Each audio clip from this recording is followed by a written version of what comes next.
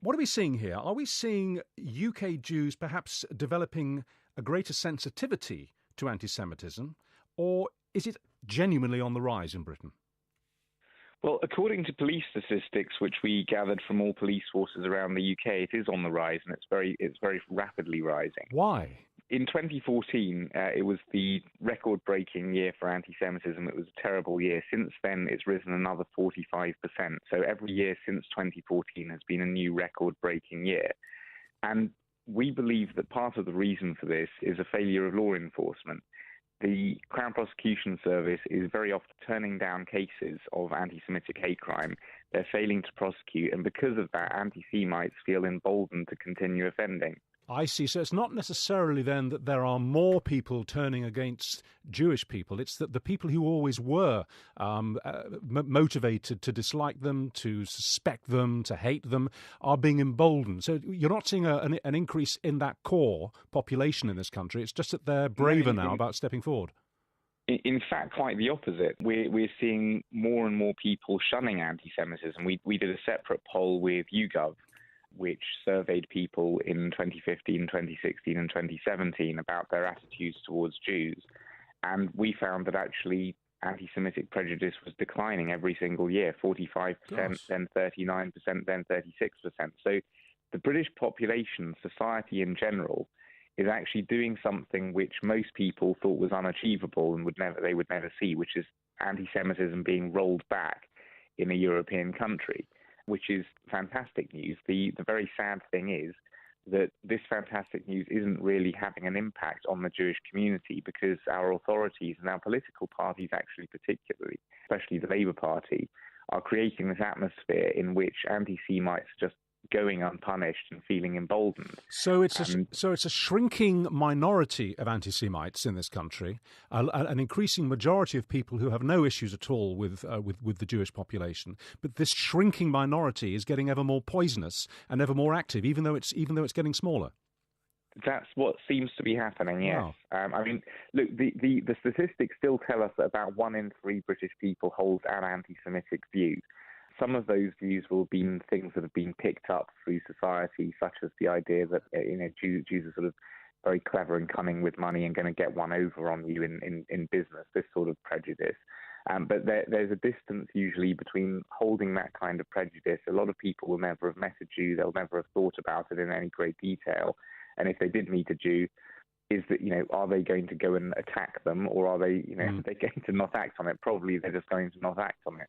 So whoever this core is that is committing these anti-Semitic hate crimes, either that core is growing, or the same people are becoming bolder and bolder and repeating their activity. Well, let's talk tax here. I want you to give me, say, 2 or 3 specific but different examples of the kind of crimes that we're talking about. Specifically, what are people doing?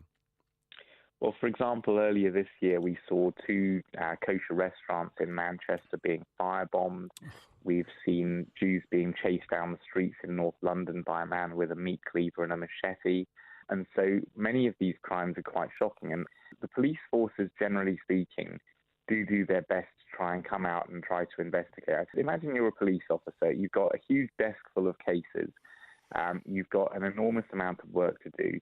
And often with anti-Semitism, the nature of the crime will be slightly unusual. It'll be people talking about Rothschilds. It'll be people talking about conspiracy theories or sympathizing with terrorist groups. And it's not something simple. It's not breaking and entering. It's not possession. It's not something of that nature. So what will happen is that the police forces will generally, they will act in good faith. They will investigate it. They will put their time in. They will try to find out what has happened. They will then pass that case file to the Crown Prosecution Service.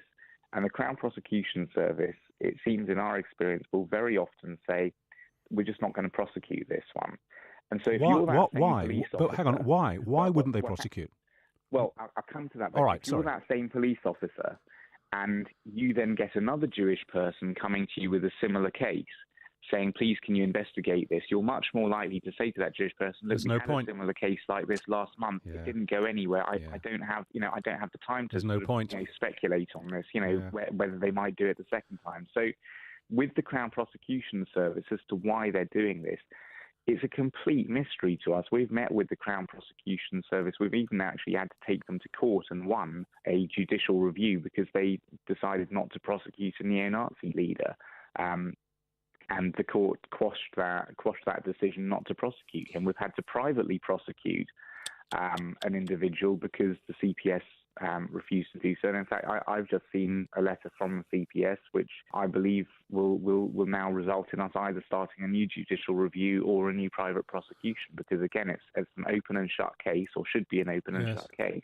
Well, okay. I mean, CPS is failing to take on. You obviously have to be a little bit careful in any allegations that I'm now going to invite you to make. But what is going on then with the CPS? We'll take it at face value that these genuinely are open and shut criminal cases, no problem. The evidence is there. The law's been broken. It goes to court, whether it's magistrates or higher up in a Crown Court. There's going to be a conviction. Odds on. Why aren't the CPS activating a prosecution? What's happening? In my view, and this is speculation, as you say, yes. The CPS prosecutes issues, not cases, if you like. So they will figure out what are the hot issues in society at the time, and they will make those their priority. So, for example, historic sexual abuse has obviously received a huge amount of resource from the CPS. There are other things as well, which are, domestic violence, for example, deservingly receives a lot of attention from them. What we've heard from the CPS is that they've prosecuted more hate crimes than ever before last year and the year before, in the region of 15,000 hate crimes. Mm-hmm. But what we're seeing is that in no year do they prosecute more than a couple of dozen anti-Semitic crimes. Right. So there's a huge rise in their activity against hate crime in general, but it seems that anti-Semitic crime is being left as an issue which they just don't think is a priority.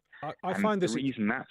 Sorry, go on. I just find this, as a British citizen, with a sense of history, I find this extraordinary when we see how this laissez-faire attitude towards crimes against Jewish people simply because they're Jewish, what it led to 80, 70 years ago.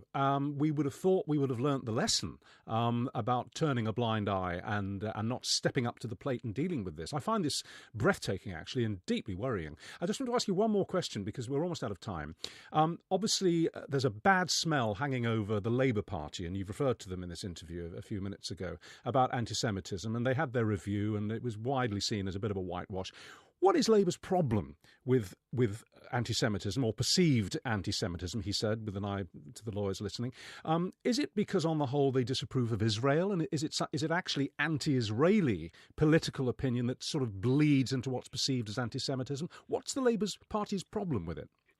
It's something that a lot of particularly people on the far left of the Labour Party would like us to believe, that this is some kind of discourse about Israel that Jews are just oversensitive to. But that's not the case. We're talking about Corbyn supporters on occasion coming out in support of Hitler. We've heard people talking about, Jews with their big noses on a sort of lesser level. Israel quite often doesn't enter into it. And so what we're seeing here in the Labour Party is very similar to what we're seeing in the criminal justice system. It's just a failure to tackle the problem. And that's why 80% of British Jews, according to our polling, believe that Labour is harbouring anti-Semites. They see things like the failure to expel various anti-Semites who have been brought before disciplinary bodies, or even failure to bring people before disciplinary bodies at all. And they say, look, Labour's just got a huge problem here.